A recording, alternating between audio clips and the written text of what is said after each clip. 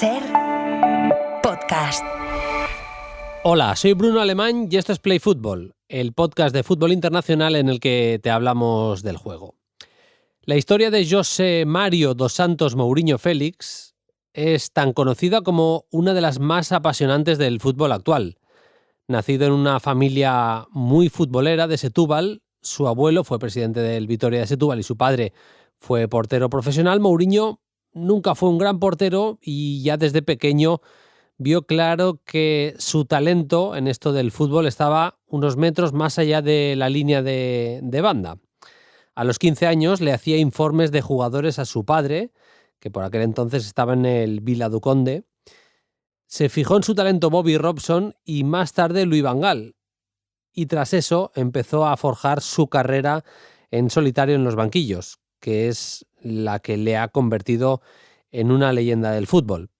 Primero en el Porto, con el que ganó la UEFA Europa League, la UEFA en aquel momento en 2003, y la Champions en 2004 en aquella final contra el Mónaco.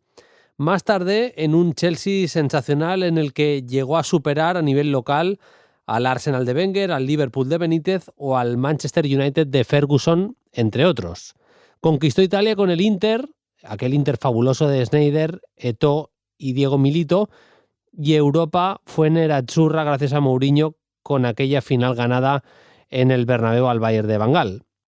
En el Real Madrid consiguió tirar al suelo a un gigante, a uno de los equipos más monstruosos de la historia del fútbol, como es el Barça de Guardiola. Y su regreso a Inglaterra y a su Chelsea fue sonado, ganando la Premier League en la 2014-2015 con aquel equipo en el que destacaban Cesc Fabregas y Diego Costa. Otros entrenadores legendarios decidieron dejarlo cuando estaban en lo alto. Los Johan Cruyff, el propio Arsène Wenger, siendo todavía jóvenes, decidieron dejarlo, que ya habían tenido bastante como entrenadores. Sin embargo, Mourinho siempre ha decidido seguir y su elección de los proyectos desde hace unos 10 años ha sido de todo menos acertada. Primero, ese Manchester United en deconstrucción que siempre ha sido el United post-Ferguson. El Tottenham de después de Pochettino, la Roma y el Fenerbahce y ahora el Benfica. Y ni estuvo acertado escogiendo proyectos, ni, hay que decirlo todo, su capacidad actual le ha dado para desde el banquillo esconder las deficiencias de esos proyectos, de esas plantillas. Anoche le ganó 4-0 al Estrella Amadora con el Benfica y a la espera de que hoy se juegue el partido del Porto contra el Gil Vicente, el Benfica es tercero. Está a 3 puntos del Sporting de Portugal y a 7 del líder, que insistimos, tiene un partido menos. Y no tiene plantilla el Benfica para estar a 7 o 10 puntos del Porto. Eliminado además en semis de Copa de la Liga por el Braga y eliminado de la Tasa de Portugal por el eterno rival, por el Porto. Las opciones ahora mismo de arreglar la temporada para el Benfica son o bien ganarle al Madrid y meterse en playoffs de Champions, y vete a saber tú lo que acaba haciendo el Benfica en esta Copa de Europa, o bien remontar esos 7, 8 o 10 puntos que puede tener de distancia con el Porto en la Liga. Pero no hay más. Arreglar la temporada para Mourinho pasa por una de esas dos variantes. Y Mourinho ya es una leyenda de los banquillos, por lo conseguido especialmente en el Porto, en el Inter y en el Chelsea. Y en el Madrid también, hay que decirlo. Pero elevar de nuevo su estatus de cara a la recta final de su etapa como entrenador puede pasar por este final de temporada en el que se la juega con el Benfica. Se ha hablado de su futuro como posible seleccionador portugués, incluso se le ha vinculado con el Real Madrid. Otra vez, sí, de nuevo con el Real Madrid. Todo lo que no sea hacer algo importante en este tramo final de temporada le puede restar muchas opciones para cualquiera de estas dos posibilidades. Hemos abierto con Mourinho y vamos a ir hasta Portugal. Le preguntamos a nuestro compañero y amigo Luís Cristóvão, analista y comentarista en la televisión y radio portuguesa, sobre esta nueva etapa de Mourinho, ahora en el Benfica. El regreso de Mourinho a Benfica tuve como principal motivo un motivo electoralista, porque se aproximaban las elecciones en Benfica. Bruno Lage, su entrenador, eh, estaba contestado un poco por todos. Y Rui Costa, el presidente, que después ha ganado también las siguientes elecciones, ha escogido a Mourinho, que se transformó de pronto en un triunfo electoral, porque habíamos pasado de una situación de protesta contra el entrenador a tener todos los candidatos diciendo, para mí Mourinho es el hombre del futuro de Benfica. Pues bien, han pasado las elecciones, han pasado unos meses y la verdad es que el fútbol de Benfica no ha cambiado. No hay una mejora en el equipo. Escuchamos a Mourinho que llegó diciendo que Benfica tenía una plantilla fuertísima, lamentando la calidad de sus jugadores, lamentando también un poco su manera de estar en algunos de los partidos, ahora con las lesiones, los árbitros. Hay de facto en el discurso de Mourinho una totalidad del foco de los problemas externos a su trabajo y nada de autocrítica. Benfica era una gran última oportunidad para Mourinho cambiar un poco sus últimos pasos.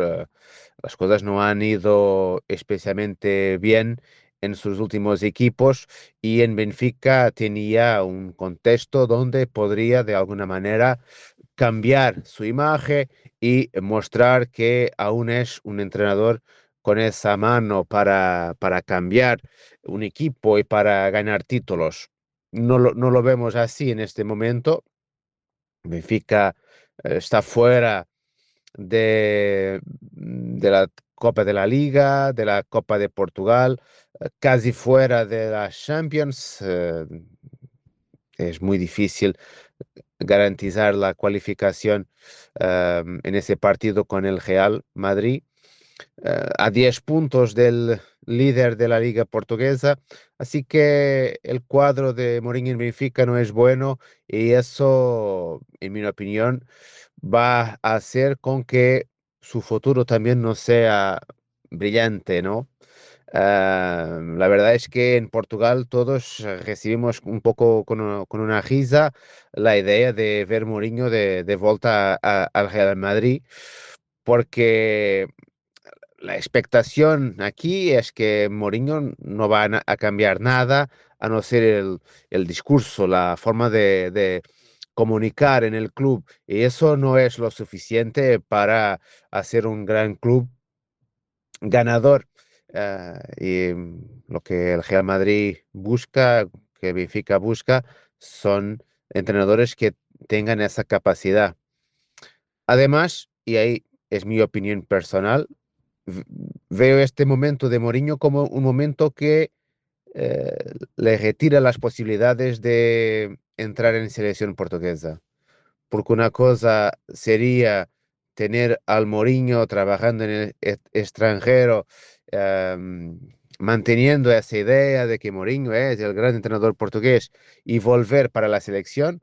Otra es tener aquí a Mourinho todos los días, todas las semanas, con la gente mirando los partidos de su equipo de forma directa, am, y pensar que en Mourinho hay alguna solución para el equipo nacional portugués. Así que veo también su pasaje por Benfica como un momento donde quedará sin opciones de ir en selección.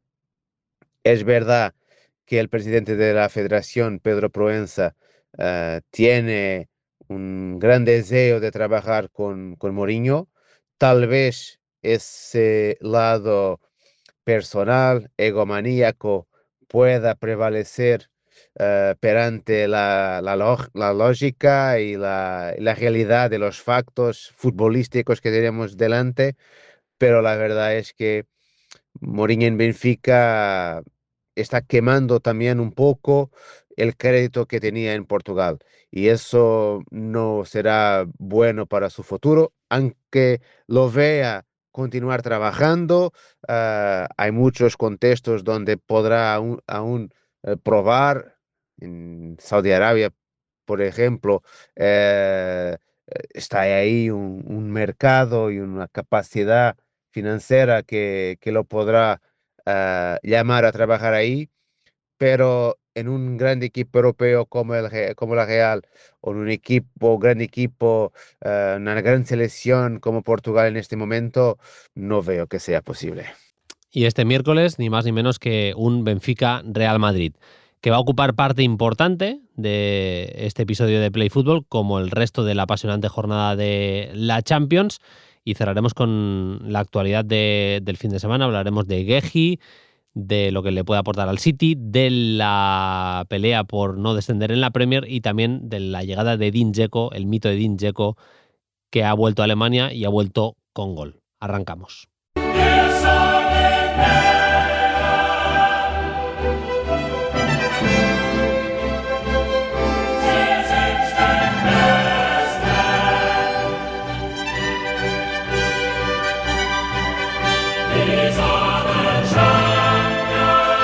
Pues vamos ya con todo el análisis de esta jornada 8, apasionante última jornada de la fase Liga de la Champions. Saludo ya a mis compañeros de esta mesa de análisis, que espero que no deje detalles sin analizar de lo que vamos a vivir este próximo miércoles, que va a ser tremendo, absolutamente apasionante, con esa jornada unificada a partir de las 9 de la noche. Saludo ya a Aritz Gabilondo. Hola Aritz, ¿qué tal? Muy buenas. Hola, ¿qué tal, Bruno? Muy buenas. Pues bien, en la Copa África, esos últimos días ahí viviéndolo in situ, sí. Tremendo, ¿no? Espectacular. Bueno, imagínate, ¿no? Con todo lo que sucedió en esos últimos instantes de la final, bueno, fue una locura y parece mentira cómo pasa el fútbol, ¿eh? En una semana todo eso se olvida y nos ponemos ya el traje de Champions. Sí, me decía justo eso David la semana pasada, que costaba ponerse el traje, el frac, porque hay que ponerse el frac para hablar de Champions League. Hola David, ¿qué tal? Muy buenas. ¿Qué tal? Buenas, compañeros. Sí, pero convenía ese cambio de chip, convenía ese cambio de chip, porque vaya última semana, te la tiro, David, directamente. Sí. Si el cambio de formato tiene sentido, para mí, entre otras cosas, porque a mí me está encantando este nuevo formato por muchas razones, pero lo emocionante que se ha vuelto a la última jornada, la locura directamente, porque es que hay que hacer la última jornada directamente con calculadora para ver dónde acaba tu equipo, ¿eh? Sí, a ver, evidentemente le mete un dramatismo, le mete una tensión, elementos que seguramente habíamos perdido hace tanto tiempo en Champions, que ahora nos parece esto multiplicado por 100.000 respecto a lo que teníamos antes en ese sentido. Es verdad que da un poco de pena que tengan que ser todos los partidos a la vez, pero claro, si no perderíamos precisamente esa magia. Así que una cosa va con la otra, pero desde luego tenemos un miércoles por la noche de los que empiezan a marcarse ya como uno de los días muy, muy, muy importantes cada temporada. Luego repasar exactamente cómo está la clasificación, quiénes están en el top 8, los equipos que se clasificarían para el playoff y los que se quedarían fuera. Luego vamos equipo por equipo, pero vamos a analizar los partidos que tienen los equipos españoles, es decir, los rivales, y además las posibilidades de clasificación de cada uno de ellos. Vamos a empezar por el Benfica. Hemos estado analizando en la portada, Aritz, la situación de un José Mourinho, que no sé si coincides, tampoco ha mejorado tanto al Benfica, igual en sensaciones en algún momento, pero yo no creo que tenga plantilla para estar tan lejos como está del Porto, y me parece que en Champions está compitiendo mal, que el Benfica tenga 6 puntos en todo lo que llevamos de Champions. Ya sé que no ha tenido calendario fácil y demás, pero bueno, es que le queda todavía uno de los más gordos, le queda el Real Madrid, y la opción de no clasificarse es que parece ahora mismo muy, muy factible, y una de las maneras de arreglar su temporada, evidentemente, sería ganar el partido del miércoles y conseguir una clasificación in extremis, que sí que dejaría la valoración de su trabajo como entrenador del Benfica seguramente en un escalón más arriba. Sí, bueno, aquí evidentemente todo viene marcado porque llegó ya con la temporada, bueno, discurriendo, y eso pues en algún modo pues le alivia de toda la responsabilidad, o por lo menos de la responsabilidad plena de lo que está pasando con el Benfica, pero efectivamente es una temporada discretísima. Si miras los equipos que ahora mismo están fuera del top 24, Bueno, está el Nápoles ahí en el puesto 25 con opciones de meterse, pero yo diría que Ajax y Benfica son los dos nombres propios que más han patinado junto al Villarreal, ¿no? De los equipos que están ahí. Y bueno, tiene todavía en su mano la opción de poder meterse, pero para ello tiene que ganarle al Real Madrid. Es que es muy complicado, tal y como llega el Madrid, el momento de irregularidad permanente que tiene el Benfica, que incluso en la Liga Portuguesa es un equipo bastante poco fiable, que se ha dejado puntos en partidos, recientemente incluso la eliminación en las semifinales de la Supercopa. En fin, son muchas decepciones seguidas que no hacen barruntar nada bueno para el partido contra el Madrid, que vamos a ver también en qué situación dejan a Mourinho, porque realmente el efecto Mou, que siempre suele esperarse, no se ha producido en este caso. Ha hecho debutar esta temporada a Banyaki, que es un lateral diestro jovencísimo, que jugó a bastante buen nivel ayer contra Estrela Amadora, también a Anísio Cabral, el delantero que le hemos visto con la sub-17 de Portugal triunfando y también marcó en esa jornada de ayer. Ya ha dicho que quiere quedar como el entrenador que hizo debutar a estos futbolistas en el primer equipo, eso siempre se lo va a llevar. Pero jornada, te diría, en la que David tiene bastante presión encima el Benfica. Es que, claro, pedirle a un equipo que le gane al Madrid ahora mismo en Europa es pedir casi un imposible a una plantilla como la del Benfica, pero te diría también que si no lo consigue, porque si no gana el equipo está eliminado, se le va a considerar casi un fracaso, porque cogió al equipo, es verdad, con la temporada empezada, pero prácticamente toda la fase Liga de Champions la ha hecho él. Sí, los resultados están siendo malos. Además, mira, la Copa de Portugal ha perdido contra el Porto hace muy poquitos días. La sensación, además, que está dando la Copa de la Liga también se le fue a principio de año perdiendo ante el Braga. Es decir, digamos que encima los partidos clave ante los rivales fundamentales, ante los que se juegan los torneos nacionales, tampoco los está ganando. Es decir, este tipo de malas clasificaciones ligueras se soluciona ganando torneos coperos, en los que además Mourinho muchas veces ha salvado la campana precisamente en ese tipo de citas, y no lo está haciendo ahora, sino todo lo contrario. Se está agravando mucho más la situación porque por ahí no está encontrando ningún elemento que le pueda dar un entusiasmo nuevo. Y en Champions, la verdad que es un equipo que se ha manejado muy mal. En los últimos años es verdad que ha ido perdiendo cada vez más talento, pero el año pasado, por ejemplo, era un equipo por lo menos atrevido, por lo menos valiente. Era a veces hasta suicida por momentos, pero es verdad que este Benfica no tiene nada que ver con eso. Es el tercer equipo que menos goles lleva en la Champions, solamente 6 goles, es poquísimo bagaje ofensivo para un equipo que normalmente se convertía en todo lo contrario el año pasado, y que desde luego te ha llevado a una versión bastante pobre, mucho más precavida y de muy malos resultados. Es casi imposible ganar el Real Madrid, no le queda otra. Yo creo que incluso ganando, no sé si Mourinho le quedaría mucho más margen. Creo que es lo único que podría servirle para poder agarrarse por lo menos por unos cuantos meses más. Pero tengo la sensación que todo lo que imaginaba Rui Costa cuando se jugó las elecciones, digamos, imponiendo a Mourinho o llevando a Mourinho como un hombre muy importante para ganar las elecciones, se le ha quedado muy, muy corto. Sí, sí. El Real Madrid es tercer clasificado en esta fase Liga de la Champions. Tiene 3 puntos menos que el Bayern. Si el Real Madrid gana por 2 goles y el Bayern pierde, que el Bayern juega en el campo del PSV, el Madrid sería segundo. Yo, Aritz, lo veo complicado. Sí, el Madrid tiene más 11 de diferencia de goles y el Bayern más 13. Cualquier derrota del Bayern sumada a una victoria del Madrid por 2 goles le aupa al Madrid en la segunda posición, que es verdad que eso tiene muchos beneficios de cara al resto de la competición, sí. Pero ahora mismo lo que dices, Aritz, yo lo veo complicado. Fíjate, casi te diría que más importante es mantener la tercera plaza, porque yo creo que el Bayern no va a pinchar contra el PSV, le vale el empate, de hecho, o sea, es prácticamente imposible. Es verdad que ese primero o segundo es vital, en la fase Liga, porque juegas todas las eliminatorias en casa, pero bueno, vamos a ver de lo que es capaz el Madrid. Yo creo que de una muy buena versión frente al Villarreal. Ser tercero me parece que también es muy importante, porque salvo contra primero o segundo, bueno, luego está el matiz que es ese que ya analizaremos cuando lleguen las eliminatorias, de que si uno que ha quedado por detrás en la fase Liga elimina a otro que ha quedado por delante, le roba su puesto en la cabeza de serie. Pero vamos, en principio, siendo tercero, solo jugarías fuera de casa en una hipotética semifinal contra primero o segundo. O sea que realmente es muy, muy importante quedar muy arriba. Y luego también me parece importante la pareja de baile que te toque, en el caso de que el Madrid sea tercero, es el cuarto, ¿no? Que evitarías hasta la final. Ahora mismo es el Liverpool.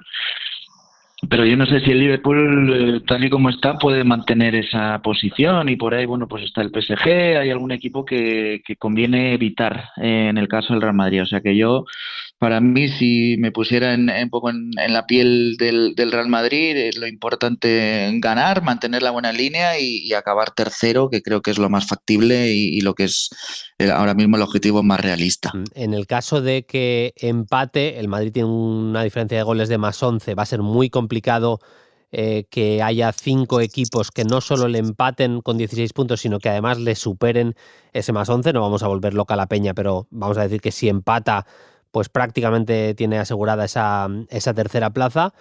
Pero es verdad, David, que si pierde, si se queda con 15 puntos, yo veo complicado que mantenga el top 8, porque Liverpool juega contra el Karabakh, el Tottenham juega contra un Eintracht que está prácticamente desahuciado. Si gana uno de los dos, PSG o Newcastle le pasaría. Le pueden pasar también Chelsea, Barça, Sporting de Portugal, Manchester City, que juega en casa contra el Galatasaray y el Atlético de Madrid. Todo lo que no sea sumar un punto, al Madrid es verdad que le meten un lío si quiere estar entre los 8 primeros, ¿eh? Para mí, si pierde, está fuera de los 8 primeros. Creo que clarísimo, porque viendo los emparejamientos que tienen los equipos justo que tiene por detrás, hay el caso que decías de dos que juegan entre ellos, PSG y Newcastle, pero el resto tiene partidos más o menos cómodos. Incluso el Liverpool, que estábamos diciendo del momento de duda que tiene, pero juega en casa con el Karabakh. Es decir, el Liverpool le va a pasar sí o sí, salvo que gane el Real Madrid. Con lo cual, para mí, si pierde, que es ponernos evidentemente en el peor escenario, ¿no? Pero la sensación es que el Madrid ahora mismo está, por lo menos, con una mentalidad ganadora, con una mentalidad muy diferente, y se me antoja un partido clave como para poner definitivamente el camino para que todo empiece a ser un poquito más, no solo esperanza, sino empezar a pensar que se están construyendo unas certezas y que va a ser resultados que van a dar fuerza a lo que va a venir después. Me da la sensación que como no gane le van a pasar muchísimos, y yo, bueno, ojalá y no pase, pero viendo los resultados del resto, todos los que hay por detrás están a 13 puntos, muchísimos equipos, con lo cual es que sería una gran bola muy, muy rara que le hiciera que perdiendo se metieran aún así los 8 primeros. Mira, tengo aquí la clasificación del año pasado. Sí.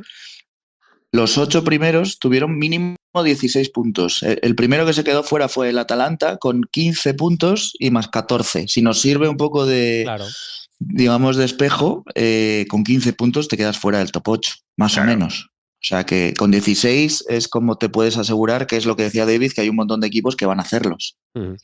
Veremos qué es lo que ocurre para el Real Madrid, que viene creciendo futbolísticamente en las últimas jornadas. Victoria muy importante en el campo del Villarreal, además siendo bastante contundente, con un buen Mbappé, creciendo Arda Güler, Mastantuono cogiendo un poco el ritmo del inicio de temporada en la banda derecha. Poco a poco va emitiendo sensaciones positivas el Real Madrid. El Barça juega en casa contra el Copenhague. Ahora iremos a lo clasificatorio, a lo que necesita y demás, pero hablando propiamente de lo futbolístico, David, sin Pedri lesionado y sin Frenkie, que viene jugando bastante bien en las últimas jornadas, que está sancionado, eso puede ser un problema porque vive el Barça en parte de su centro del campo, especialmente en partidos Champions, para que no se le descontrolen en exceso. No sé qué centro del campo ves, si Casado o Bernal. Yo no veo jugando a los dos juntos, acompañados quizás de Dani Olmo y de Fermín, con un Olmo un poquito más atrasado. No sé, Eric, la opción de que Eric juegue en el centro del campo, pero tiene que cambiar lo que es su guardia de seguridad para Hansi Flick, que es ese Frenkie de Jong Pedri, en el que guste a la gente más o menos, pero ha sido su centro del campo de confianza durante toda la temporada. Ha sido el equilibrio sobre el que se ha construido la base y además en el que el equipo se ha sentido totalmente cómodo. La versión más brillante que estamos viendo del Barça la temporada ha sido con los dos. En el momento que ha faltado siquiera uno, hemos visto a lo mejor resultados, pero no hemos visto certeza, tanta contundencia. Yo creo que va a ser Casado, Dani Olmo y Fermín, porque tengo la sensación que el Barça va a mirar desde el primer momento portería contraria, ser súper vertical, meterle mucho ritmo, quizá hasta un poquito más de descontrol de lo normal. Desde ese punto de vista, vista que tengas las bajas que tiene, pues son muy duras, pero seguramente menos que si tuviera un partido que gestionarlo de otra manera. Como creo que solamente va a ser partido en una dirección, eso creo que no se va a notar tanto. Evidentemente le pueden pillar en alguna ruptura y no va a tener ahí ese margen de capacidad para gestionarlo con De Jong, con Pedri y demás, pero como es un partido en el que creo que va a tener mucha presencia de campo contrario y que va a tener sobre todo que meterle velocidad en construcción, me parece que Olmo, Fermín tienen que salir para acompañar a lo de arriba, mientras Rafinha, Lewandowski. Poco a poco, digo, estamos viendo un Lamine ya más parecido al de la temporada pasada, partido mejor, partido peor, pero ayer marcó un auténtico golazo en ese partido de la victoria del Barça contra el Oviedo, y poco a poco va mejorando su nivel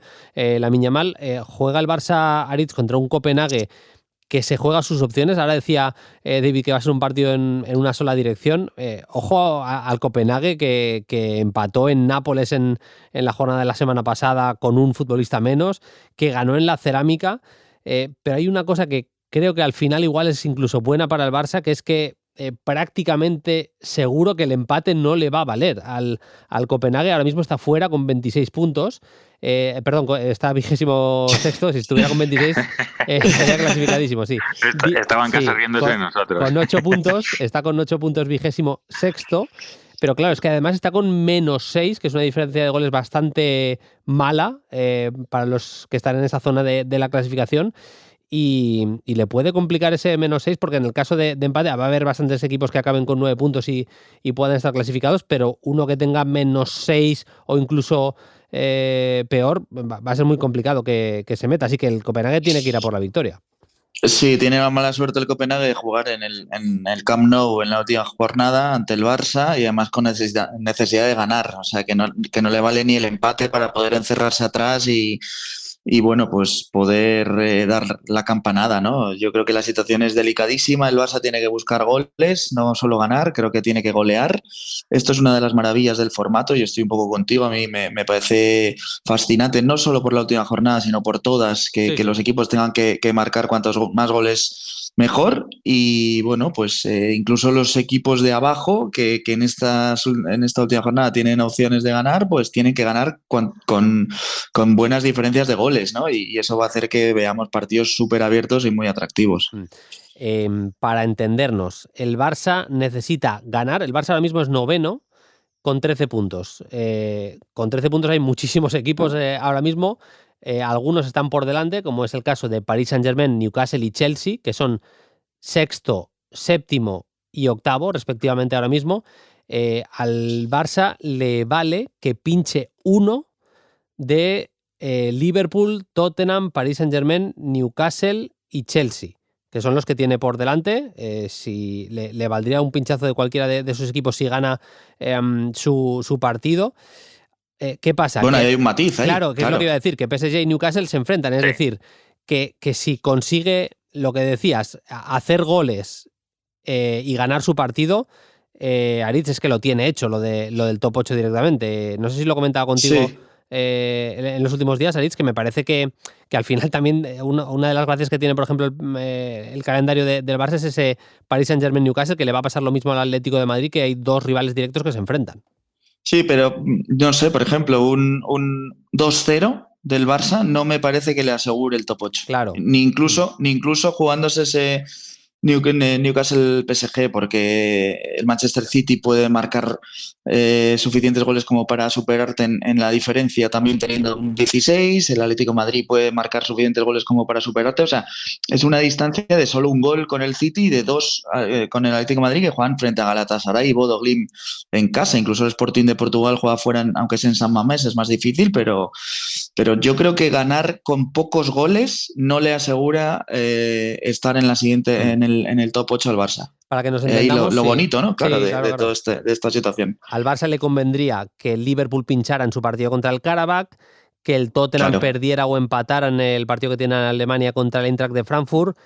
Obviamente lo mejor que le podría venir es un empate en París, en ese PSG Newcastle, porque ganando superaría a los dos. Y ojo, porque el Chelsea tiene partido complicado en Nápoles, que el Nápoles se la juega, es un Nápoles-Chelsea, y a partir de ahí lo que decía Aritz, pendiente de la diferencia de goles de Sporting de Portugal, Manchester City, Atlético de Madrid y Atalanta, que los tiene por detrás en cuanto a diferencia de goles, pero empatados a puntos, y los partidos son Athletic Club de Bilbao, Sporting de Portugal, Manchester City, Galatasaray, Atlético Bodo y Unión San Gilois, Atalanta. Es un poco lioso, pero también está un poco ahí la gracia, David. No sé cómo ves tú esas opciones de clasificación del Barça y si ves tan necesario como Aritz esa goleada contra el Copenhague.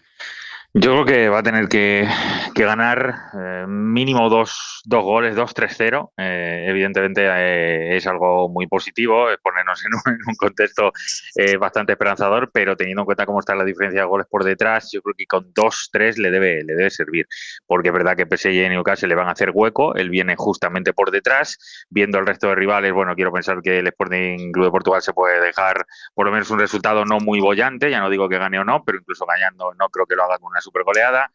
El Atlético de Madrid lo va a necesitar, pero tampoco es un equipo que lo encuentre fácilmente. Yo me preocuparía quizá más por el Manchester City, el resto no lo veo, con lo cual yo creo que con 2-3-0 el Barça se va a meter. Y es verdad lo que tú decías del Copenhague, que evidentemente se juega todo, pero yo creo que precisamente en ese contexto, en el momento que le pueda caer el primero, el Copenhague quizá baje brazos y ahí puede ser el premio que pueda tener el Barça. Vislumbro algo así, más o menos, pero mínimo 2-3 goles de margen, porque si no probablemente se puede meter en un problema.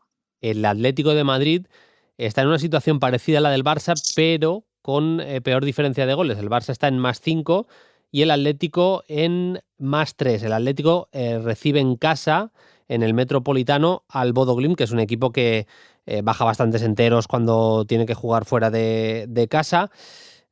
Yo creo que el partido lo va a ganar. A mí me está gustando futbolísticamente el Atlético de Madrid. Es verdad que le está faltando pegada, pero que en líneas generales a nivel de fútbol me está convenciendo el equipo del Cholo en las últimas semanas. Y es un poco lo mismo que decíamos, que no le va a valer la victoria, tiene que estar muy pendiente de esos partidos, de que pinchen equipos como Tottenham, de lo que pase en el PSG Newcastle en el que conviene un empate, de que pinche el Chelsea, Aritz, pero sí que le veo al menos haciendo los deberes, marcando incluso goles al Bodo y al menos con su parte del plan cumpliendo, por decirlo así. Sí, se le fue un poco esa opción ya de haberlo asegurado con el empate en Estambul, ¿no? Porque con 2 puntos más de los que tiene ahora, yo prácticamente lo daba por seguro que iba a estar en el top 8, pero empató frente al Galatasaray y bueno, pues tiene que echar mano también de la calculadora. Yo también creo que está en un buen momento a nivel futbolística. Fíjate que estoy viendo ahora la clasificación, lleva 13 goles en contra, que es lo que le ha lastrado la diferencia de goles, porque lleva 16 a favor, pero son muchísimos. 13 goles en contra en 7 partidos para ser un equipo que quiere aspirar a estar entre los 8 mejores.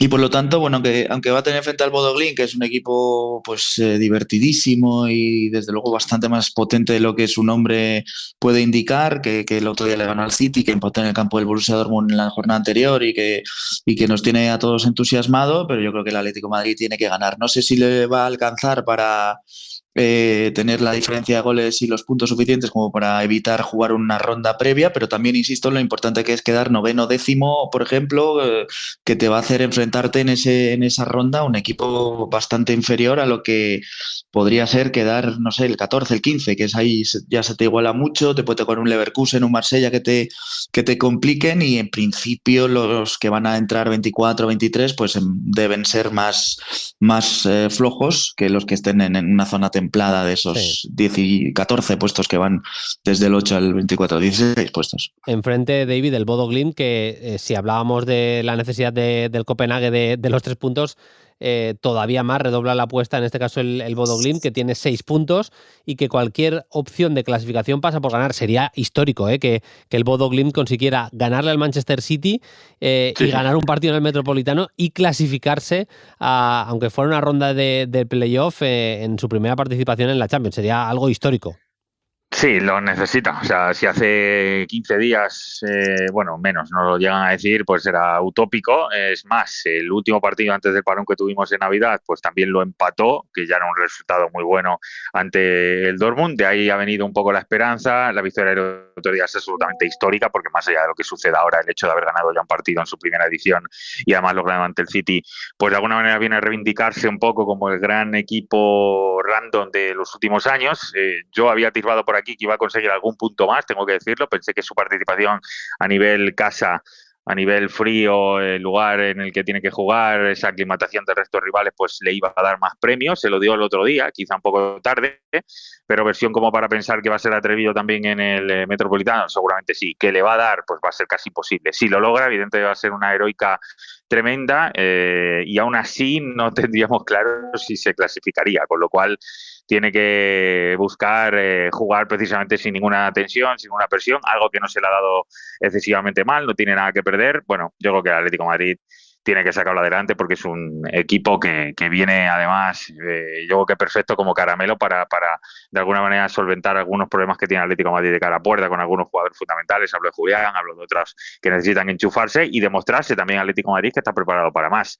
Así que ojalá y viéramos un Bodo Glimt súper atrevido para que nos asegurara un partido desde ese punto de vista abierto también para el Atlético de Madrid, pero creo que la heroica del Bodo Glimt se ha quedado ya en lo del otro día. Sí, sí. El cofre del tesoro está en ese top 8, en el que ahora mismo están Arsenal, que ya está clasificado con 21 puntos, el Bayern también clasificado con 18, y lo tiene cerca, pero todavía no está.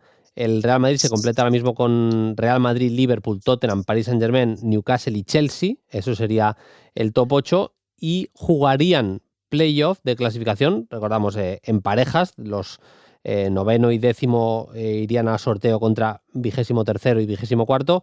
Pues ahora mismo la cosa está así. Noveno el Barça, décimo Sporting, undécimo Manchester City, duodécimo Atlético de Madrid, decimotercero Atalanta, decimocuarto Inter. A partir de ahí Juventus, Dortmund, Galatasaray, Karabakh, Marsella, Leverkusen, Mónaco, PSV. El Athletic Club por fin está en el top 24, ahora mismo 23º, y cerraría Olympiacos 24º. El Athletic, Aritz, recibe en casa el Sporting, que está demostrando que es un buen equipo y en el que llega Luis Javier Suárez, el colombiano, el cafetero, en un momento de forma tremendo. Doblete al Paris Saint-Germain la pasada semana, doblete en el partido de Liga Portuguesa, además con un gol de cabeza en el 90 y pico para darle la victoria de 3 puntos importantes a Sporting. Llega en una racha tremenda. Sí, es un delanterazo, ya lo era aquí en el Almería, pero el salto a un equipo poderoso de Europa y de Champions no le ha quedado grande ni mucho menos, tampoco la responsabilidad de tener que sustituir a Gyökeres, que era el gran goleador y la gran estrella del fútbol portugués en estos últimos años y del Sporting de Portugal, y la verdad es que es un rival complicado, sobre todo para el Atleti, que no está nada bien. Es verdad que gana en ese segundo tiempo casi heroico en Bérgamo al Atalanta y se aferra un poco a la vida, pero si uno analiza las sensaciones del Athletic Club en estas últimas semanas, la verdad es que no indican demasiado optimismo, ¿no? Entonces vamos a ver lo que ocurre. Es un partido difícil, hay que apelar también un poco a la magia de San Mamés en estos casos y a la fuerza que le va a dar al equipo desde la grada, pero creo sinceramente que el Sporting, y además jugándose esa posibilidad de estar en el top 8, es un rival durísimo el que va a tener frente al Athletic. David, ¿cómo lo ves? Sí, además que es un equipo que se está comportando de una manera bastante equilibrada. Ha tenido muy poquitos sobresaltos en la temporada. Seguramente pues la sorpresa de la tasa de la Liga hace un par de semanas también, donde perdió ante Vitória de Guimaraes y demás. Fue una campanada, pero el resto ha tenido muy poquitos altibajos. Incluso en partidos en los que en Champions se le han escapado, ha sido siempre súper competitivo. Uno mira las derrotas y le salen solamente 2 en Champions y solamente cayó ante el Porto en Liga. Es decir, es un equipo muy fiable ahora mismo, que además está con flechita hacia arriba, 3-4 jugadores de los que son verdaderamente potentes. A mí me divierte mucho verles porque juega como bastante desinhibido. Yo creo que con Borges ha mantenido bastante de la determinación y la confianza que le inculcó a este equipo Amorín y no la ha perdido desde entonces. Se marchó Amorín, pero el equipo, más allá de que se parece bastante en los números, en los nombres, mejor dicho, en las sensaciones, se ha sentido ya como un equipo reputado, que se lo cree, que ha ganado en confianza y eso le hace competir muy bien. Seguramente no tiene una plantilla para tanto, porque no tiene plantilla para estar en el top 8 ni de lejos, pero Catamo está muy bien, Trincao está renacido por momentos, lo de Luis Suárez para mí le va a llevar directamente a ser el 9 de la selección Colombia y me da la sensación que podríamos decir 3 o 4 más, Hillman, un par de fichajes que han llegado esta temporada que están dando buen rendimiento. Me parece que es un equipo un poco infravalorado por el nombre, pero que competitivamente me alegra mucho que esté ahí porque además es un equipo muy valiente. Así que lo veo muy complejo, pero quiero pensar que San Mamés pesa y desde ese punto de vista a lo mejor una mala noche le va a llegar en el último día. Quiero pensar que sí, porque al fútbol español sinceramente nos vendría de miedo que se meta al Atlético de Bilbao. Tiene un mérito tremendo lo del Athletic, la remontada la semana pasada contra Atalanta en Bérgamo, pero es verdad lo que decía Aritz, que es un equipo muy irregular, que te da una de cal y otra de arena, no está siendo fiable. Buen momento de la temporada de Robert Navarro, se puede acoger a algunas cosas así. Hay una parada de Unai Simón en el partido en Bérgamo con 1-0 en el marcador, es doble parada, que es escandalosa. Yo creo que Unai poco a poco está recuperando su mejor versión y al final Aritz puede parecer un tópico, pero San Mamés, sabiendo que se juega la clasificación, tiene que ser, es un topicazo, lo sé, pero es que lo voy a utilizar, o sea, tiene que ser el jugador número 12, o sea, no puede, Qué bueno es ese. claro, pero no puede ser que Es un clásico, que no sea un futbolista más para intentar la clasificación, porque es que lo necesita el equipo, les necesita más que nunca, vaya.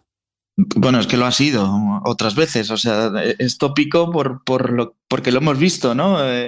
Apoyar a San Mamés y levantar al equipo en situaciones delicadas, ¿no? Y es lo que tiene, pues yo siempre digo lo mismo, el Athletic Club sin San Mamés probablemente no sería el equipo que no ha bajado nunca a segunda división, por ejemplo, ¿no? En su historia, ni sería un equipo que ha conseguido pues éxitos como estar jugando esta Champions League, la verdad, porque estamos hablando de un nivel pues el más alto que hay en Europa, así que se aferrará a San Mamés, pero luego también evidentemente pues los problemas de Nico Williams, la lesión de Iñaki, pues el momento un poco tristón de Sancet, que aún así me parece que es un jugador determinante y el otro día su entrada en Bérgamo le da otra cara al equipo, pues todo ese cúmulo de circunstancias más las lesiones que también las ha habido han hecho que el Atleti no haya sido capaz de competir en todas las competiciones como hizo el año pasado, por ejemplo, en la Liga.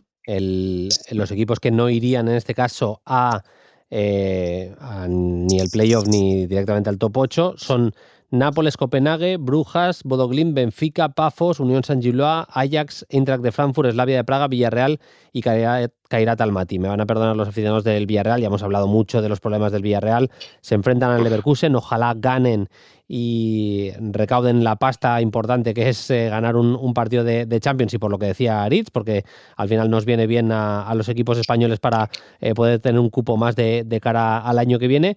Pero llama mucho la atención, y con esto cerramos, David, el que es 24º y el que es 25º. Un poco como éxito y fracaso de lo que está siendo esta fase de Liga de Champions. El Olympiacos de Mendy, tremendo, con opciones, a pesar de que se ha enfrentado a equipos como Madrid o Barça, es 24º y tiene opciones en ese partido contra el Ajax, si lo gana especialmente, pero incluso empatando podría tener alguna opción, pero sobre todo ganando en Ámsterdam se va a clasificar seguro para los playoffs. Y el Nápoles, que juega en casa y contra el Chelsea, la juega en una muy mala fase Liga del Nápoles de Conte, David. Sí, muy mala fase de Liga, muy mal inicio de año, porque viene de perder también el clásico norte-sur ante la Juve, ya más bien perdido. Sensación de que se ha caído en Champions los últimos resultados, es un punto de 6 y además ante el Copenhague milagrosamente, porque jugó mucho tiempo con uno menos y es verdad que Copenhague incluso mereció más.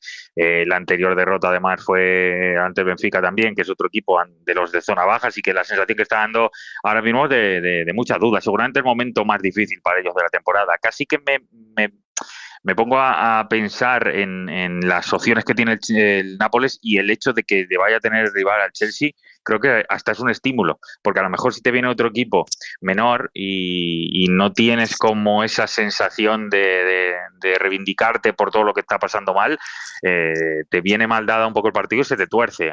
Teniendo de inicio un rival como el Chelsea, vas a salir súper enchufado sabiendo que te juegas todo, y además en San Pablo, me sale decir San Pablo todavía, la Maradona no lo acabo de introducirlo aquí en el gol, pero la realidad es que me parece uno de los partidazos de la última jornada, porque yo creo que el Nápoles, Benfica y me atrevo a decir que Villarreal, incluso a lo mejor el Inter de Frankfurt, para mí esos 4 deberían estar, desde luego no en esta tesitura ni de lejos. Hay una cosa muy random de la fase de liga esta, el Ajax, por ejemplo, que perdió los 5 primeros partidos, ha ganado los 2 siguientes. Si gana frente al Olympiacos, tiene opciones serias de meterse entre los 24 primeros, habiendo perdido los 5 primeros. Qué locura. Y el caso contrario es el del Inter, que ganó los 4 primeros, ha perdido los 3 siguientes, y como pierda en esta jornada, pues va a entrar, porque claro, ganar 4 ya implica ya tener 12 puntos, va a entrar entre los 24 primeros, pero se va a quedar muy alejado y muy descolgado de los 8 primeros. Qué cosas pasan en la Champions.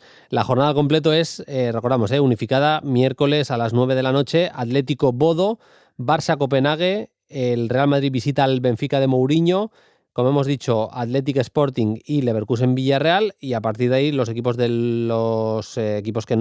los equipos que no son españoles: Ajax Olympiacos, Dortmund Inter, Brujas Marsella, en Alemania un Eintracht Tottenham, en Anfield Liverpool Karabakh, además también en Inglaterra Manchester City Galatasaray, citábamos ahora en San Paolo, en el Maradona, es en Nápoles Chelsea, Pafos Slavia, que tiene opciones todavía el Pafos, que es tremendo eso, Paris Saint-Germain Newcastle, PSV Bayern y Unión Saint-Gilloise Atalanta. Me has matado, Bruno, porque estaba pensando ahí mentalmente, digo, creo que el Pafos Slavia es el único en el que no hay nada en juego, pero sí es verdad, hay una mínima opción todavía para el... Claro, o sea, el Pafos está con 6 puntos. Muy milagrosa, pero puede, sí. Está con 6 puntos, tiene -6, tendría que pegar una goleada tremenda, claro, y que hubiera una conjunción de resultados tremenda, pero bueno, parece que no se va a dar, pero su mérito tiene. En todos hay algo en juego, vaya, obviamente, en todos los partidos. Y ha hecho una gran fase liga el Pafos, ganándole entre otros al Villarreal, que eso fue histórico. Lo he dejado para el final, pero tranquilo, Aritz, que lo voy a citar. Victoria de la Real con muchísimo mérito, con esos 2 golazos de Oyarzábal. Victoria importante. Lo siento, David, ese palmatorio del Betis.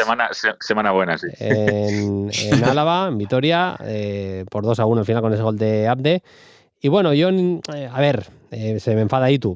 Nos tangaron un gol tremendo. O sea, os voy a revelar. Venís muy creciditos, me parece. Sí, tangaron y Itu en la misma frase. Mira, os voy a revelar un mensaje que le mandé por la tarde a Iturralde. Le dije, si el gol que le han anulado al Castellón esta tarde en Zaragoza se lo anulan cualquier jornada de liga, no me hace falta que sea en un clásico, se lo anulan a el Barça o al Madrid, y con la reacción de Jordi Martí y de Tomás Roncero acabamos en los calabozos, o sea, directamente. Es tremendo el gol que le anulan al Castellón, pero bueno, ahí estamos haciendo nuestra liga. No voy a decir eso que da tanta rabia de contra todo y contra todos, pero ahí está el Castellón, haciendo su liga y peleando por subir. Mejor así, por favor. Ojalá.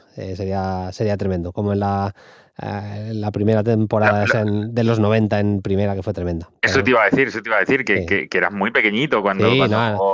Sí, me empecé a aficionar al fútbol por eso. Me dijeron que había subido el Castellón, que yo no sabía ni que existía el fútbol. Yo a los 6 años no me gustaba el fútbol. Y me dijeron, ha subido el Castellón, mira, esto es un deporte, ¿qué tal? Sí, me llevaron a un Castellón Atlético de Madrid que fue 0-0, además. Y desde ese día crearon el monstruo. Sí, literal. Oye, ¿cuántos ingleses y cuántos españoles decís que entran en el top 8? Vamos a hacer porrita, ¿no? Eso está muy bien. Venga, eso está muy bien. Sí. Yo estoy pensando toda la semana lo mismo, que nos están comiendo la tostada de una manera que me da miedo. Yo me la voy a jugar. Yo creo que se caen Newcastle y Chelsea. O sea, que se caen 2 de los ingleses. Pero ¿entra el City o no? Sí, creo que entra el City y creo que entra el Barça. Es decir... O sea, 4-2. Eso es, 4-2. ¿Tú, Aritz? Yo voy a decir 5 ingleses y 2 españoles. Se cae el PSG. Es que el Tottenham juega con el Eintracht. Yo ahí tengo la duda porque el Eintracht ya va a estar para lo que va a estar. Voy a decir 4-2 yo también. Voy a decir 4-2. Pues me gustaría decir 2-4, pero, pero no.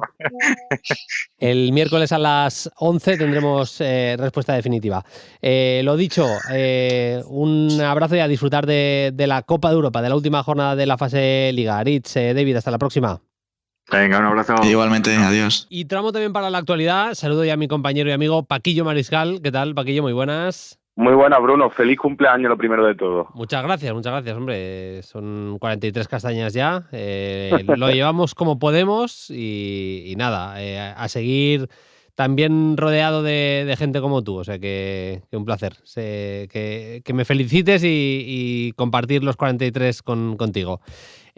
Vamos al lío. Tenemos 3 temas que hay un poquito mainstream uno y los dos un poquito más random, que ya hemos hablado bastante de Champions, ya hemos dedicado mucho a la élite del fútbol europeo.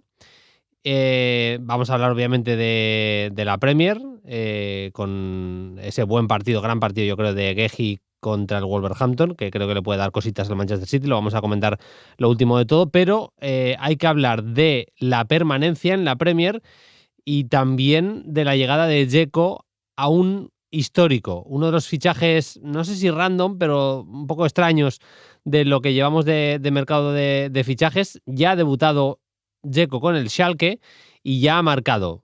Para la gente que esté un poco despistada, vamos a explicar en qué situación está el Schalke y también algo de qué le puede dar Edin Dzeko al conjunto de la segunda categoría, en este caso en Alemania. Empezando por lo de la Premier, por el descenso, la pelea por el descenso. Paquillo, hemos visto la imagen viral del fin de semana, ha sido esa discusión entre Paco Gémez y Nuno Espíritu Santo por uno de los cambios. Rarete, porque era cuando el West Ham estaba ganando por 3-1, acabó el partido así. Victoria del West Ham, victoria también meritoria del Nottingham Forest contra el Wolverhampton, y al final una pelea por no descender que se va apretando poco a poco. Ahora mismo la situación es Wolverhampton colista y prácticamente ya podemos decir desahuciado con 8 puntos. El Burnley lo tiene bastante chungo, está penúltimo con 15 puntos, y a partir de ahí sí que se abre una pequeña ventana para el West Ham, que consiguió la victoria, que lleva una buena racha desde la llegada de Nuno Espíritu Santo y que está con 20 puntos. ¿Qué pasa? Que los de arriba no acaban de fallar.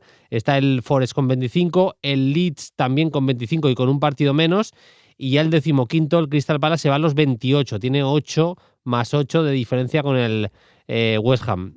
Te diría, Paquillo, que yo casi descarto al Burnley. Me parece muy complicado que el Burnley le levante 10 puntos a Forest o Leeds, y que la lucha puede ser a 3. Ya veremos si alguno del Leeds o Forest se va descolgando, pero entre Leeds, Forest y West Ham puede estar esa tercera plaza de descenso a la Championship. Sí, totalmente. Yo daba por hecho, a pesar de la plantilla, que el West Ham era el principal candidato a ocupar la tercera plaza de descenso, sinceramente, porque creo que hay un ambiente un poco enrarecido de hace ya tiempo. Yo diría que desde que estuvieron a Lopetegui el curso pasado, que no funcionan las cosas, pero hay que decir que tanto Nuno como, ojo, hay mucha coña, ¿no? Porque parece como también un poquito random el tema de Paco Gémez ahí, pero yo creo que algo ha imprimido, aunque sea el carácter que conocemos del técnico español, algo ha tenido que dotar ahí al cuerpo técnico de Nuno, porque se está notando también. Y luego, bueno, parece que los jugadores más importantes del West Ham, fíjate la exhibición de Jarrod Bowen este fin de semana, están subiendo un poquito su nivel, y quieras que no, pues si comparamos pieza por pieza con el resto de equipos, pues tienen talento individual que te puede sacar las castañas del fuego en un momento dado cuando haya que apretar los dientes. Y luego el Nottingham Forest también, yo creo que con Sean Dyche ha dado también un pasito adelante. Sinceramente, aunque tenga mayor colchón, yo lo de Crystal Palace, que tenga una segunda vuelta complicada, no lo descartaría en ningún momento, Bruno, porque ahí sí verá que hay un ambiente negativo. Fíjate la declaración de Oliver Glasner, cómo se va debilitando la plantilla. No parece que en la recta final de mercado le vayan a firmar un central, evidentemente no del mismo nivel que Wesley, pero que pueda subsanar un poquito su marcha, y ahí hay entre directiva y el técnico un rifirrafe importante de comentar. Sí, sí.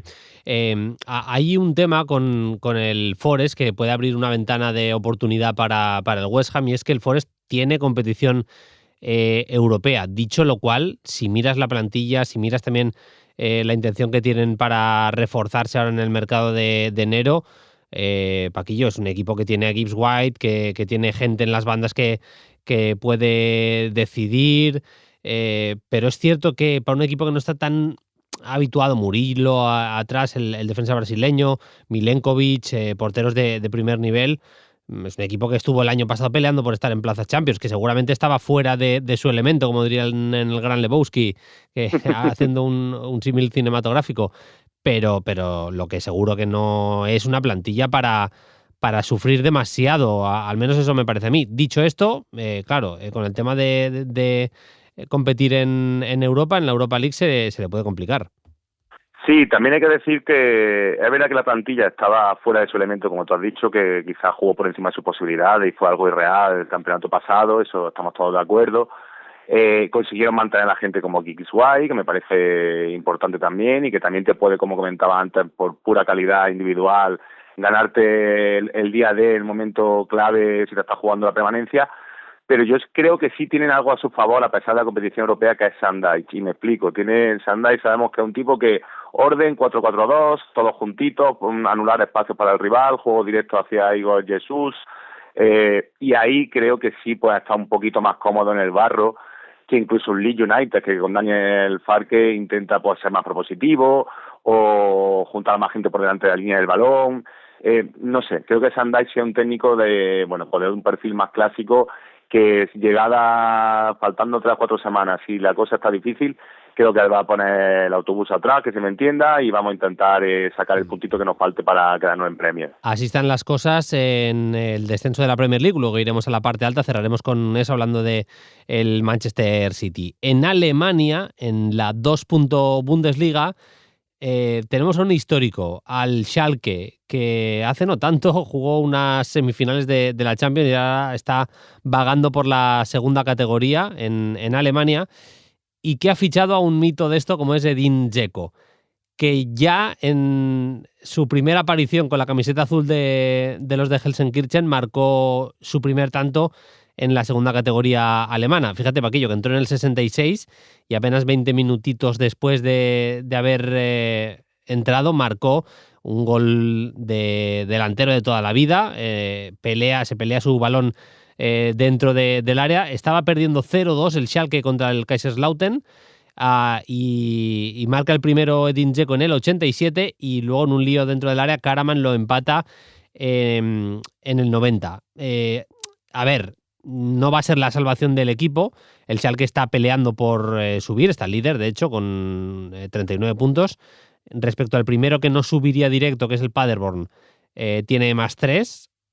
Yo creo que puede ser una buena solución, pero hay que decir también, Paquillo, hay que contarlo todo. Nos encanta Edin Dzeko, todos nos acordamos de aquella mítica temporada en el Wolfsburgo y todo lo que ha hecho después, en trayectoria en el Manchester City y demás, pero hay que decir que los que le hayamos visto en los últimos años, en Turquía, lo poco que ha podido aportar en la Fiorentina, que la gente no piense que va a marcar en cada una de las jornadas que quedan hasta acabar la segunda categoría en Alemania. No, por supuesto. Un tema de edad y un tema de decadencia, entrecomillado, porque es normal. De hecho, tenía una oferta del París FC, era la otra opción que tenía para salir de Florencia, irse a la Ligue 1, a la Liga Francesa, primer nivel, y decidió volver a Alemania, quizá porque sabe sus carencias, y sus limitaciones ya, y sabe que que puede tener impacto en una liga como la Bundesliga 2, que quizás tenga menos presión, a pesar de un histórico que está jugando a ascender, pero que ya no puede aportar lo que aportaba quizás hace un lustro. Dicho esto, Bruno, yo creo que va a aportarle esa experiencia, esa jerarquía, que físicamente se mantiene bien, porque es un jugador que yo creo que, como casi toda la Europa del Este, que tienen ese carácter competitivo hasta el día que se retiran y que normalmente, salvo algunas excepciones, físicamente suelen mantenerse bien hasta el final de sus carreras, y que yo creo que yo, viendo ayer el gol y tal, lo comentaba en X, cuando el día que se retire Dzeko, porque quizás no tenga el nombre de otros delanteros suyos coetáneos del fútbol contemporáneo de las últimas 2 décadas, ¿dónde lo colocamos? Porque me parece que ha sido un tipo que allá donde ha ido siempre ha dado muy buen rendimiento. Véase, no sé, esa temporada histórica hace una década con la Roma de Spalletti, con Nainggolan, Salah, etcétera, que me parece que fue el mejor año de su vida. Sí, tal cual. Estaba mirando un poco la alineación tipo y el equipo que tiene el Schalke. A ver, no es una locura. El mítico Loris Karius en la portería. Gente como Ayhan, el central. Bueno, Karaman está haciendo buena temporada. Gomis, el delantero, bastante rápido. Younes incluso, que le había perdido un poco la pista. Min Younes está ahí jugando en la banda derecha. Bueno, tiene buena plantilla. Que la gente no piense, como es el Schalke, tiene que subir directo. Ya estamos viendo lo que le está costando y bueno, no pudo pasar del empate, pero insisto que todavía tiene +3 respecto al primer equipo que no subiría, que es el Paderborn, la pelea de un histórico como el Schalke por volver a la Bundesliga. Tiene también al Darmstadt segundo con 37 puntos. Está 2 puntos por detrás del Schalke. Y vamos a cerrar con el Manchester City, que ganó su partido contra el colista, ganó contra el Wolverhampton. Aprovechó la ayuda del vecino, el Manchester United, que para mí, por sorpresa, segunda victoria consecutiva en Premier, le ganó al Arsenal y además remontando. Y un Manchester City en el que ya se vio que Marc Guehi es un futbolista para aportar desde el minuto 1. A mí me gusta mucho Marc Guehi, Paquillo, porque no es un 10 en absolutamente nada, ni es el defensa más fuerte, ni es el más rápido de todos, ni es el más agresivo, ni es el mejor dentro del área, ni es el mejor sacando el balón, pero igual es un 8,5 en todo. Anticipa bien. Bueno, te diría que hay una cosa en la que sí que me parece que es casi un 10, que es en lectura. O sea, él siempre está bien colocado, siempre sabe lo que tiene que hacer, siempre le saca la jugada el máximo que le puede sacar, tanto en ataque como en defensa. Sabe sus limitaciones, sabe que no es ni el mejor del mundo conduciendo, ni el mejor del mundo filtrando, pero las dos cosas las hace bien y creo que precisamente en eso, en cometer pocos errores no forzados y demás, es un central absolutamente top. Y yo creo que es un puntito de equilibrio que, tal y como juegan los equipos de Guardiola, le puede sentar realmente bien. Sí, totalmente. No es un 10 en nada, pero es mejor que Kusanov, que el actual Stones, que prácticamente casi todo lo que tiene en nómina ahora mismo Guardiola atrás, porque, bueno, pues las carencias están ahí, de hacerlo. No este partido, los 3 anteriores, bueno, lo dijimos aquí en el programa, no habían ganado en todo 2026. A mí me parece que es un jugador que, como ya dijo el propio Guardiola en la rueda de prensa posterior al partido, que sobre todo es inteligente, lo que tú decías. Creo que sabe, él es muy autoexigente, muy autocrítico. Le preguntaron por su partido al propio jugador también y dijo que sí, que había tenido buen debut, pero que no le parecía que había sido brillante, que tiene muchas cosas que mejorar, y creo que esa humildad también, sabiendo el saltito del Crystal Palace, a pesar de ser internacional con Inglaterra y tener un estatus ya, llegar al City, le va a funcionar bien. Se demostró que va bien ganando duelos porque no le importa salir de su zona de confort. El equipo de Guardiola juega muchas veces alejado de su área, y luego con el balón no es el más técnico, el que mejor salida de balón tiene, pero se atreve. Vimos algunos trazos largos, algunos pases largos, sobre todo al desmarque de Semenyo y de algún jugador más que también le pueden venir bien a Guardiola. Desde luego, yo creo que es uno de los fichajes por todo, también por el tema económico, porque acababa contrato y tal, del mercado, y teniendo en cuenta, como te decía Bruno, lo que tiene Guardiola actualmente en nómina y el nivel de sus centrales, me parece que ha llegado para ser capitán general atrás. Él está acostumbrado a jugar de central zurdo, así tiene visión de todo el campo, puede enviar balones en diagonal. Hubo balones en ese sentido bastante interesantes. Le sentó bien al City jugar muchos tramos con falso 9, con más movimiento, sin una referencia tan clara, con Semenyo desde la derecha tirando diagonales hacia adentro. Lo mismo en la izquierda con Marmoush, que en muchos momentos era extremo por la izquierda, y Cherki era el falso 9, si van un poco intercambiando las posiciones. Le sentó bien. No digo que sea mejor jugar sin Haaland, pero es verdad que a nivel táctico encontró más soluciones Guardiola, y luego cuando tuvo que guardar el resultado, guardar un 2-0, que ni mucho menos fue brillante la victoria, pues Marc Guehi ahí se impuso. Y otra vez bien Semenyo, Paquillo, sí, facturando otra vez. El control es buenísimo. Además, la sensación que te puede producir casi en los 3 carriles, no tanto de delantero centro, ahí me cuesta más verle, pero tanto por la izquierda como por la derecha te puede facturar. Es bueno definiendo también, como lo pudimos ver con la pierna izquierda, y bueno, empieza a ponérsele cara de titular en todo un City, ¿eh? Yo creo que sí, yo creo que es titularísimo. Yo creo que llegado el partido importante va a ser titular, porque lo comentamos el día que lo firmaron y lo está demostrando él. Nos está dejando bien nuestro análisis, el que hicimos, porque tiene ese puntito de inteligencia superior a Doku, por ejemplo, que podría ser su gran competidor. Vamos a ver cuando vuelva Savinho, pero lo veo más versátil, como tú bien dices, que se adapta bien a los 3 carriles. Yo creo que en una posición en la media punta también, carril central, por detrás de Haaland podría jugar y funcionar, aunque es verdad que jugando de espalda le cuesta más. Y luego está teniendo la puntualidad con el gol, que era lo que demandaba Guardiola. Yo creo que este partido define muy bien que participe menos, quizá como no reciba tanto al pie, no reciba tanto para el desborde, pero sí esas diagonales, esa profundidad sin balón, esa verticalidad que se puede beneficiar muchísimo, porque si algo tiene también el City son grandes pasadores. Totalmente. Veremos cómo sigue el Manchester City, que como decíamos antes, con José David López y con Aritz, tiene este miércoles un partido muy, muy importante contra el Galatasaray. Si se puede ahorrar ya no solo 2 partidos, que la gente dice, no, ahorrarte 2 partidos en febrero, que luego las eliminatorias hay que superarlas, que no es tan fácil. El año pasado precisamente el City se quedó en ese playoff porque le tocó el Madrid y Mbappé lo borró del mapa, el equipo de Guardiola.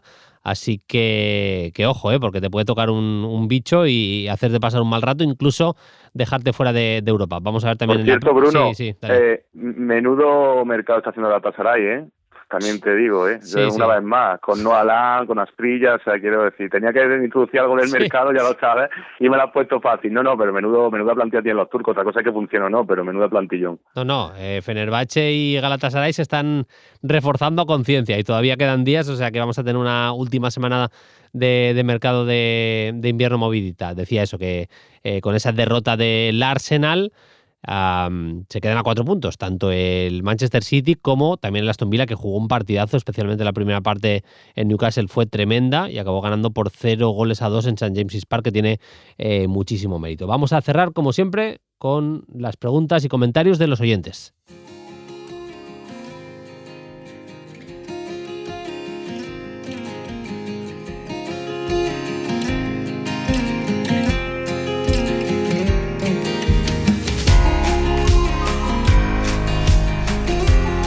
Ya sabéis que podéis dejar preguntas, comentarios, lo que os dé la gana en la red social X, en @playfutbol, o también en los comentarios de iVoox.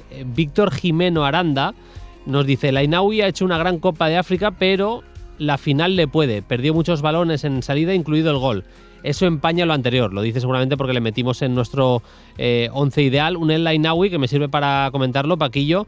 Tiene competencia en la Roma, no va a ser tan fácil. El exjugador del Lens, que ha hecho una Copa África para mí tremenda, que es verdad que en la final, como dice Víctor, no fue su actuación más brillante, pero que especialmente con gente como Koné, el propio Cristante, que puede jugar ahí en esa zona ancha. A mí Pisili, el centrocampista joven, me encanta, me parece que es un futbolista que le da muchísimas soluciones. Tiene un buen centro del campo la Roma, y el Ainaoui es una opción, pero ni mucho menos es ahora mismo titular indiscutible, uno de los mejores futbolistas de la Copa África, vaya. Sí, muy joven, y también, la Copa África lo que ha hecho que destaque mucho más, ¿no? Pero la Roma, yo creo que está clarísimo que el Koné Cristante son titularísimos. Pellegrini está derribando la puerta, a pesar de que está jugando en la media punta, pero sabemos que puede jugar un poquito atrás. Dicho lo cual, a mí me parece un jugador súper interesante y que yo creo que va a ser uno de los mediocentros del fútbol europeo los próximos años, casi seguro. Sí, tiene talento, además tiene esa capacidad de trabajo y de adaptación, porque él no me parecía medio centro puro, y está consiguiendo con la selección especialmente que no se note que Amrabat no ha estado en esos partidos importantes, y creo que el trabajo ha sido sensacional. Vamos a cerrar, no hay tiempo para mucho más. Ya sabéis que tendréis episodio extra este próximo jueves con la resaca de la Champions y la previa de la jornada de UEFA Europa League. En X, en Twitter, @10arnautovic, el mítico Julián, oyente habitual de Play Fútbol, dice: me gustaría saber la opinión sobre el actual Malinovskyi de parte de los maestros de Play Football. Qué golazo marcó Malinovskyi, para la gente que no lo haya visto, vaya viaje le mete a la pelota para la remontada del Genoa, el zurdo del ucraniano, que yo te reconozco, Paquillo, que es uno de los futbolistas en los que tenía depositada muchísimas esperanzas y se me ha quedado un pelín corto. Está a buen nivel en el Genoa, 3 goles y 3 asistencias, pero me parece un futbolista que con un poquito más de intención, de hambre, llámalo como quieras, de constancia, hubiera podido hacer bastante mejor carrera. Sí, se ha reciclado un poco, hay que decir que ya no es ese media punta que jugaba en Atalanta con Gasperini, que le ha ocurrido algo parecido también, que ha desaparecido un poco del mapa, ha bajado el nivel como le pasó a Miranchuk en su momento, al ruso. Se ha reciclado un poquito más a interior, juega en este 3-5-2 del Genoa, o incluso algunos tramos la última temporada en 4-3-3, pero interior, de tercera altura, más enfocado en el último pase, en la pegada, pero se ha reciclado a ser un futbolista un poquito más centrocampista que atacante. Pero es verdad que yo creo que le falta hambre, tú lo has dicho, porque talento ha tenido siempre muchísimo. Pero bueno, está haciendo una carrera media, en la zona media de Serie A, se siente capitán general en el Genoa, pero podría haber sido mucho más, sí. Pues veremos cómo le va al bueno de Ruslan Malinovskyi, el futbolista del Genoa, que yo insisto que no es solo ese jugador que tiene un gran golpeo, sino que podría haber sido bastante más. Yo creo que en el juego puede aportar bastante. Yo ya le veía esa capacidad para organizar el juego, para mandar en los partidos, y seguramente pues eso, no todo el mundo tiene la mentalidad de Luka Modric, que lo destacaba Paquillo en X, en Twitter, que el gol que salva para que no pierda el Milan, una acción defensiva de un central canchero, te la firma el bueno de Luka Modric con más de 40 años. Es increíble lo del futbolista croata. Paquillo, a disfrutar de la semana. Un abrazo y hasta la próxima. Un abrazo, Bruno. Chao, chao. Nosotros nos vamos, más Play Fútbol, este próximo jueves, insisto, con la resaca de la Champions y la previa de la UEFA Europa League. Hasta entonces, sed felices. Adiós. Para no perderte ningún episodio, síguenos en la aplicación o la web de la SER, Podium Podcast o tu plataforma de audio favorita.